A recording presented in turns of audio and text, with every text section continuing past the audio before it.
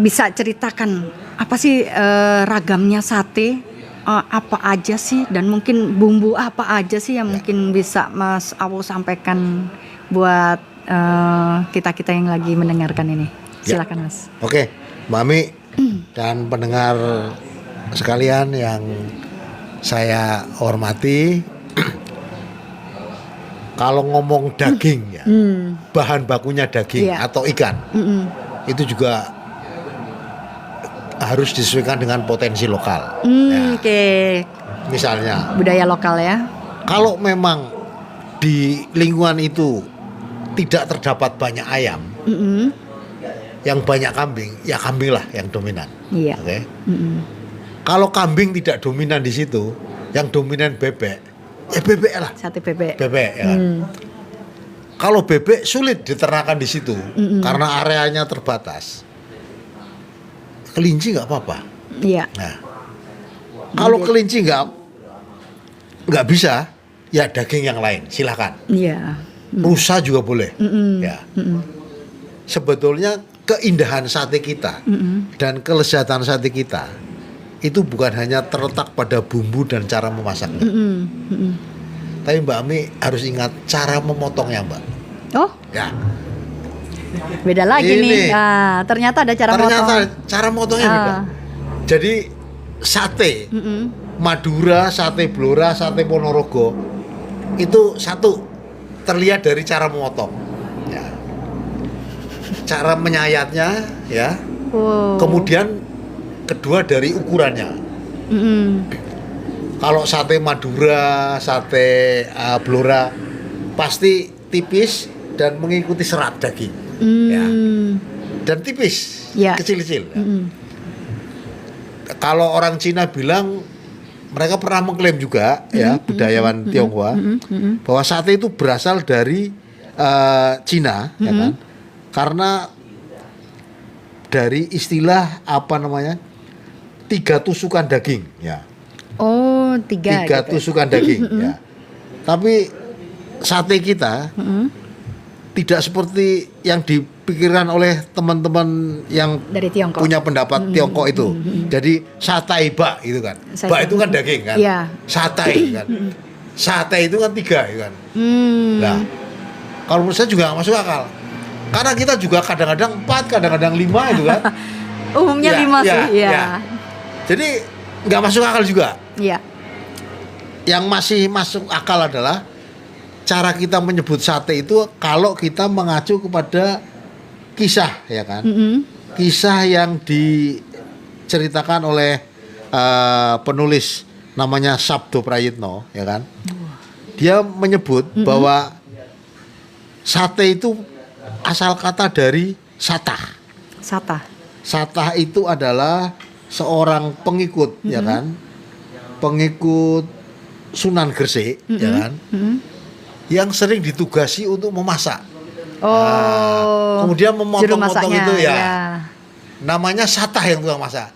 Sehingga daging yang dimasak ditusuk-tusuk itu kemudian disebut sate, gitu kan. Nah, tapi ini kemudian yang berkembang di Madura, kan ya. Tapi terlepas dari itu, ya kan.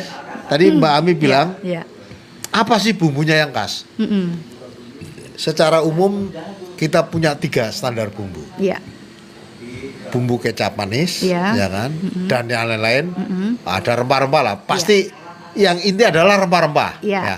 Pengikatnya ada 1. Pertama kecap manis. Kecap manis. Ya. Yang kedua rempah-rempah dicampur dengan kacang tanah yang diulek. Ya. Kan? Ya. Yang ketiga rempah-rempah dicampur dengan tempe rebus. Iya. Ya, tempe rebus. Saya yakin ke depan akan ada saus lagi yang akan menjadi meningkat. Iya. Sehingga kalau ngomong bumbu ini mungkin ya masing-masing daerah punya klaim sendiri-sendiri. Iya.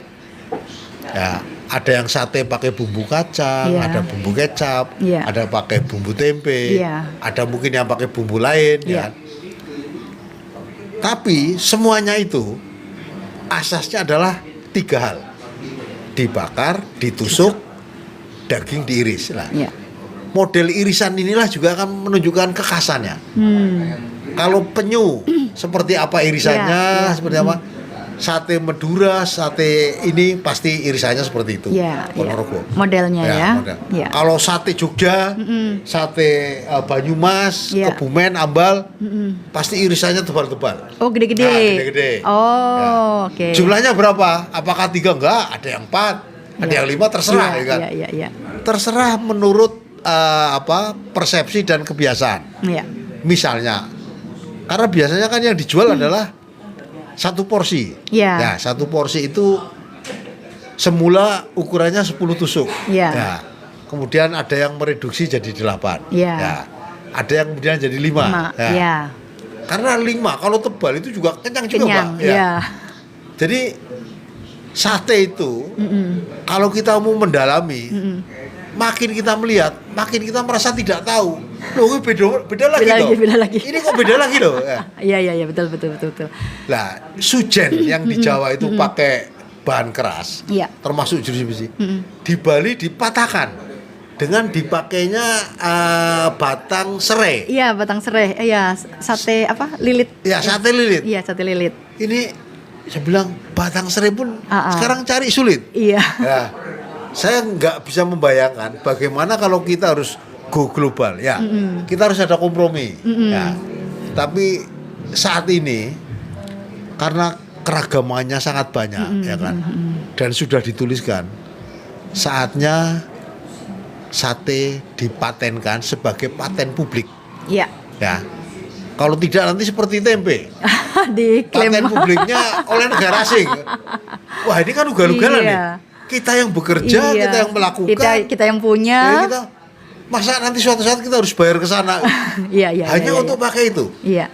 Saya berharap pemerintah dalam hal ini mungkin Menteri Perdagangan dan Industri Kreatif atau Badan Pangan mematenkan sate lengkap dengan variannya. Dipatenkan sebagai paten publik. Artinya selama dia ber-KTP Indonesia punya izin berusaha boleh, kan itu. Sepakat nggak Pak Ami? Iya, sepakat banget. Dan kalau saya perhatiin ternyata sate itu tidak melulu dalam bentuk irisan daging ya. Jadi kalau kayak tadi Mas Awo bilang, sate lilit itu adalah daging yang dihancurkan, dicincang. Bahkan ada yang dari ayam, ada yang daging bahkan ikan gitu. Nah, kalau di Padang beda lagi nih. Pakai jeroan ayam. Nah, dan jeroan sapi juga. Jeroan sapi, terus bumbunya juga berbeda nih yang sate Padang. Dan cerita soal sate Padang, dulu kalau lagi ada event internasional di Pasaraya Blok M, saat itu kan masih penuh dengan saya pesen semua sate. Saya sajikan mereka yang notaben bukan dari Indonesia, mereka dari Asia, Australia, Eropa, dan saya minta pendapat mereka mana yang jadi favorit mereka. Ternyata rata-rata mereka suka itu sate Padang. Saya nanya, kenapa? Apa alasannya sate Padang? Mereka bilang nomor 1 dagingnya berbeda. Saya nggak bilang kalau itu jeroan. Dan satu lagi bumbunya, mereka bilang beda banget. Nah, terus dia bilang kalau yang sate Madura dan sate-sate lainnya yang cuman daging dan ini, mereka bilang mirip dengan yang mereka sebut dengan saslik itu. Ya, jadi akhirnya mereka tiap kali lunch gitu cemilannya favoritnya yaitu sate Padang. Salah satunya sate Padang, sama satu lagi mereka suka sate Marangi. Oh, sate Marangi. Iya, dua itu. Ya. Purwakarta, iya betul. Nah, kebetulan waktu itu ada yang jual di Pasaraya. Jadi kalau udah menjelang mereka istirahat, itu salah satu yang jadi sajian. Jadi mungkin kalau para pendengar yang punya event internasional, jangan segan-segan untuk menyajikan makanan khas Indonesia, terutama sate. Dan mungkin makanan-makanan lainnya. Mbak Ami, yang soal sate lilit itu. Iya. Kalau di Solo Mm-mm. ada namanya sate buntel. Oh, iya. Daging kambing Iya, dicincang, cincang. Iya. terus dibungkus pakai Almond usus Iya. jeroan Iya. apa namanya, lemak-lemak ini, Itu lemak. usus sapi ya itu. usus kambing. Oh, usus Usus kambing, kambing. Jadi dimasukin. Ya dimasukin. Iya. Itu kerajinan yang saya pernah mencoba Heeh, angel. berkali-kali, angel tenan, Pak. Iya, betul. Iya. Dan itu memang nikmat karena apa? Bumbunya masuk Iya, ke dalam. bajunya merasuk dan kalau itu bukan nikmat sih, itu enak banget itu. Nah, enak banget. Karena ususnya sendiri itu sebenarnya kan rasanya udah gurih dan Ya. ada lemak-lemaknya di situ Ya. dan mungkin itu yang juga membuat tambah nikmat ya. Nikmat, ya. Coba Mas, selain itu apa lagi Mas? Nah, selain itu ya itu kesukaannya bapak-bapak presiden kita kalau ke Solo Oh ya. pasti minta sate buntel, Sate buntel. tambak segaran. Nah, Oh. jadi saudara-saudara yang lagi perjalanan Heeh. silakan kalau mampir ke Solo silakan menikmati sate buntel. Iya. Boleh di Mbok Galak, boleh di Pak Bejo, boleh di Tambak Segaran, Iya. boleh di Gajah Mada dan lain-lain. Pesanlah sate buntel. Oke. 2 tusuk saja sudah kenyang. Oke, jadi Promosi sedikit. buat sahabat radio pensiunan kalau mau ke Solo dan butuh rekomendasi untuk kuliner, langsung hubungi Mas Agus Awo ya. Ini juga ada nih, ada yang Ibu Randu. Ibu Randu komen, aku pilih sate Tegal Mbak. Wah. Oke. Aku nggak tadi, tapi dia nggak bilang nih apa alasannya. Alasannya. Apakah ada memori cinta di sana? Wah, kenapa Tegal? Saya Tegal itu kalau di aku ya Tegal itu apa namanya? Tanah lapang. Nah, itu Tegalan itu. Tegalan. Dan Tegal memang salah satu sentra sate dan satu lagi yang saya juga seneng, saya pribadi adalah sate Ponorogo. Itu juga enak.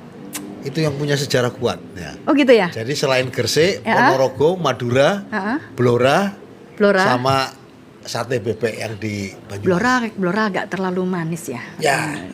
Bumbunya terlalu manis. Ponorogo juga cenderung manis tapi masih oke, tapi Blora lebih manis ya. Ya lebih. Tapi cita rasa khasnya itu memang di masing-masing daerah itu ada Ya. gitu.